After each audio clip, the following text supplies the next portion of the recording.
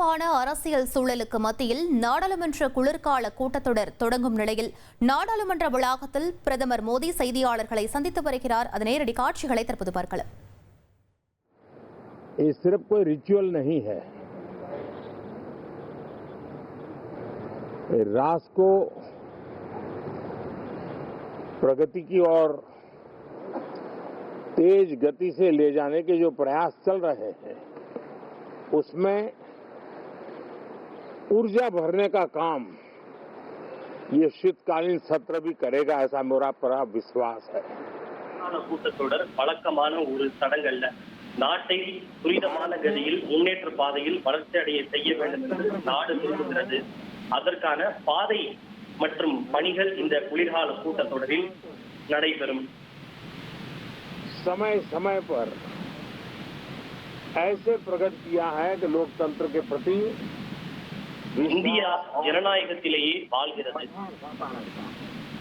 ஜனநாயகத்தின் மீதான ஆர்வமும் ஆசையும் ஒவ்வொரு காலகட்டத்திலும் தொடர்ந்து மக்கள் வெளிப்படுத்தி வருகின்றனர்.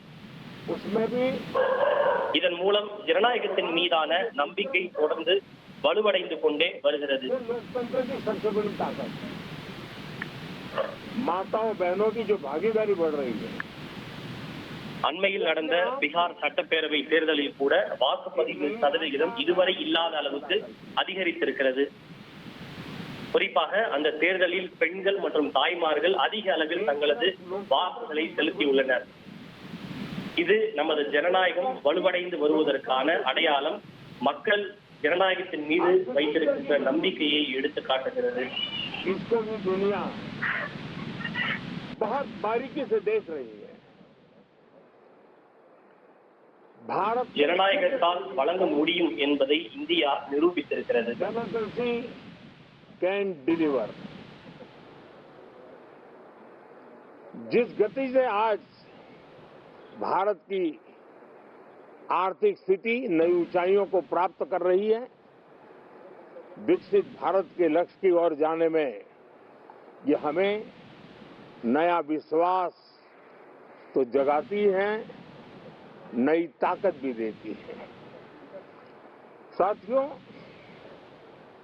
எதிர்க்கட்சிகள் தேர்தலில் கிடைத்த முடிவுகளை நாடாளுமன்றத்தில் பிரதிபலிக்க கூடாது.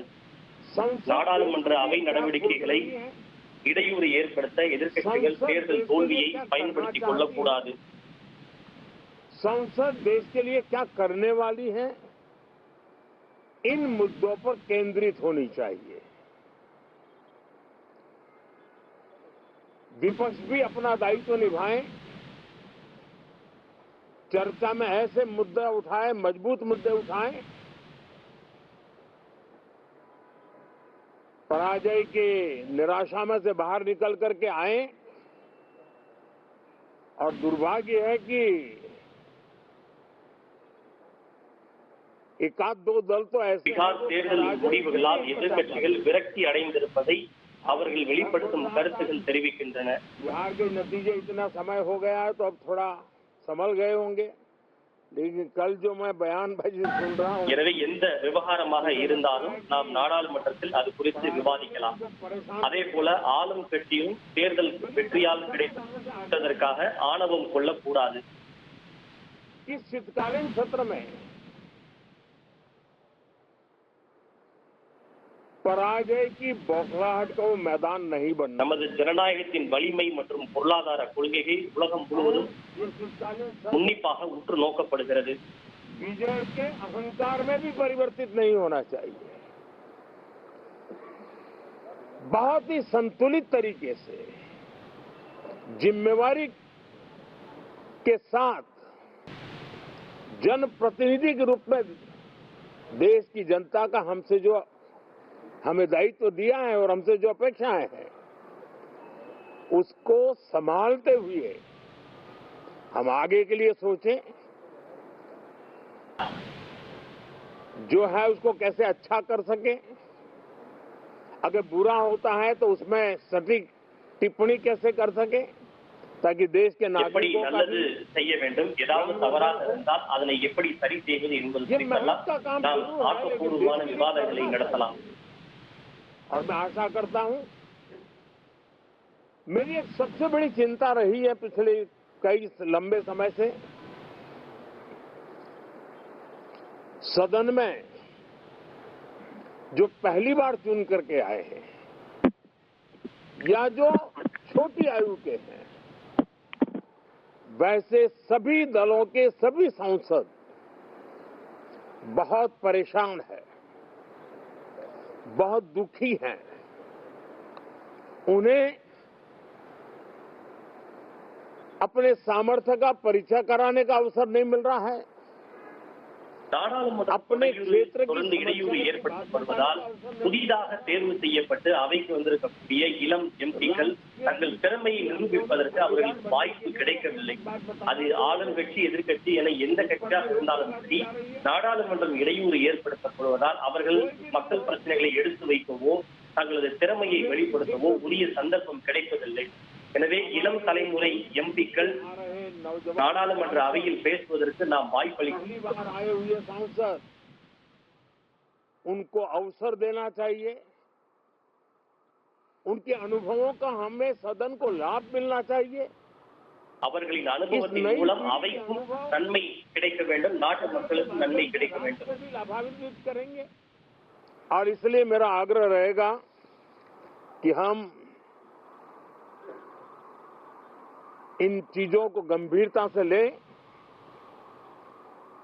ड्रामा करने के लिए जगह बहुत होती है, जिसको करना है करते रहें. यहां ड्रामा नहीं, डिलीवरी होनी चाहिए. எனவே நான் எதிர்க்கட்சிகளிடம் கேட்டுக்கொள்வது, நாம் டிராமா செய்வதற்கு பல இடங்கள் இருக்கின்றன, பல வழிகள் இருக்கின்றன. நாடாளுமன்றம் டிராமா செய்வதற்கான அவை அல்ல, மாறாக டெலிவரி செய்வதற்கான இடம் என்பதை எதிர்க்கட்சிகளுக்கு நான் வேண்டுகோளாக கூற விரும்புகிறேன். लेकिन यहां तो नारे नहीं, नीति पर बल देना चाहिए और वो आपकी नियत होनी चाहिए. முழக்கத்திற்கு அல்ல, நீதிக்கு நாம் வலிமை வழங்க வேண்டும்.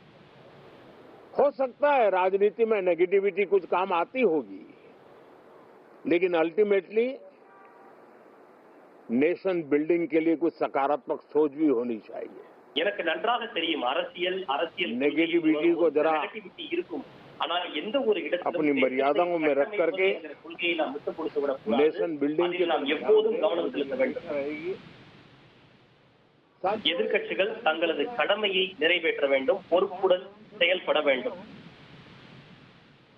हमारे नए माननीय सभापति जी आज से தேர்தல் தோல்வி மற்றும் ஏமாற்றத்திலிருந்து எதிர்க்கட்சிகள் வெளியே வர முடியுமானால், दुर्दृष्टवशமாக சில கட்சிகள் தேர்தல் தோல்வியை ஜீரணிக்க முடியவில்லை. शुभकामनाएं देता हूं. साथियों, जीएसटी रिफॉर्म्स एक नेक्स्ट जनरेशन रिफॉर्म्स के लिए देशवासियों के मन में एक श्रद्धा का वातावरण पैदा किया है. इस सत्र में அண்மையில் கொண்டு வரப்பட்ட ஜிஎஸ்டி சீர்திருத்தம் நாட்டு மக்கள் மனதில் நம்பிக்கையை ஏற்படுத்தி இருக்கிறது. हमारे देश का एक, हमारे मीडिया के मित्र कभी अगर एनालिसिस करेंगे तो उनको ध्यान में आएगा कि पिछले कुछ समय से हमारे सदन को या तो चुनावी का वार्मिंग अप के लिए उपयोग किया जा रहा है, या तो पराजय की बौखलाहट करने को निकालने के लिए उपयोग किया जा रहा है.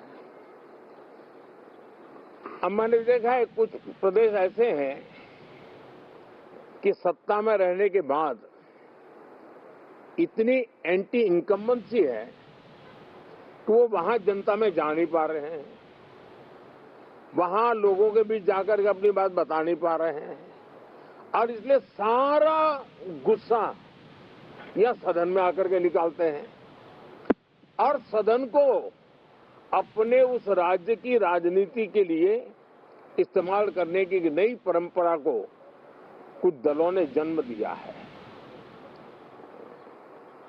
अब उन्होंने एक बार चिंतन करना चाहिए कि पिछले 10 साल से ये जो खेल खेल रहे हैं, देश स्वीकार नहीं कर रही है इन पद्धतियों को.